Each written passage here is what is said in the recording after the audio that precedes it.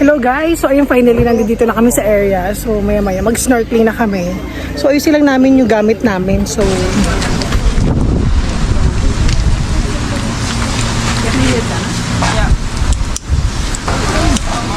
sana hindi ano yung anak mo, goggles ko. Parang yung parang naglalabo. So ayan guys, so maya maya start na kami. So